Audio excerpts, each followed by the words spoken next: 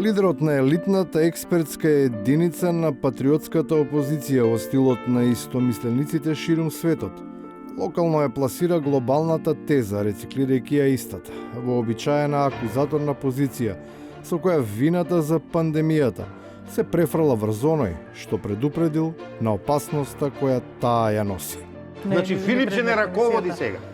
Ја ти уверувам, денеска на 6-7 прашања не знам, не рече, не знам, ама ќе се разберам, ќе кажам, ќе ви јавам и та. Не, тоа не е ни кризен менеджмент, тоа не е ни менеджмент во воредни состојби. Па ти бараш Бил Гейтс да ти искочи, така? Не, немој Бил Гейтс, па тој е кривецот за оваа ситуација, еден од кривците. Во таа низа се забораваат низа знаменити имиња без кои се разбира, не би била целосна сликата за завереничката стратегија.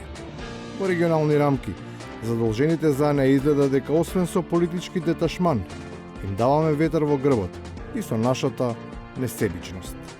Иако веројатно изненадување за многумина, но најмногу пари од Македонија лани заминале во Унгарија, земјата со специфична демократија на контраверзниот во Европа, Виктор Орбан. Таму македонците своите картички ги пеглале за 29,8 милиони евра.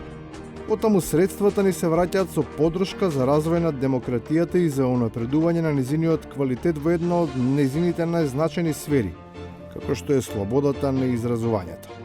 Придонесот е видлив и во значајна мера го оправдува влогот, особено во тематски благородни емисии во кои фокусот е јавна промоција на борбата против говорот на омраза.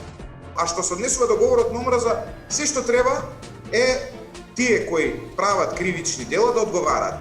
Но рускиот шпион, кој го води Советот за етика, не може мене да ме оценува и не може да одлучува дали јас ги исполнувам неговите стандарди. Стандардите се поставени да се почитуваат, но тие се прилично растегливи кога невидливите ентузијасти се обидуваат да станат визибилни и да се вмешаат во трката по стекнување брза популарност. Тоа особено важи за медиумските кокичиња, чија независност и објективност веќе никогаш нема да биде доведена под знак прашалник. АК Прес Инфо направи едно истражување на 1200 испитници и ги доби следниве резултати. ВМРО ДПМН е 33,5%, СДС 27,6%, ДУИ 5,4%, Алијанса 3,7%. Од ова можеме да заклучиме дека ВМРО ДПМН е апсолутен победник на овие избори.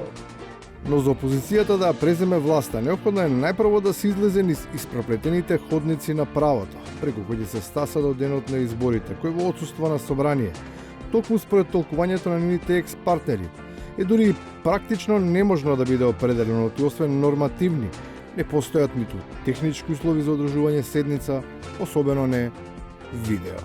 Ние немаме се уште ни по деловникот, ни по закон или уредено таков начин на одлучување во собранието, ќе мора да се гласа. Ако беше така, и Никола Груевски ќе гласаше од Будимпешта.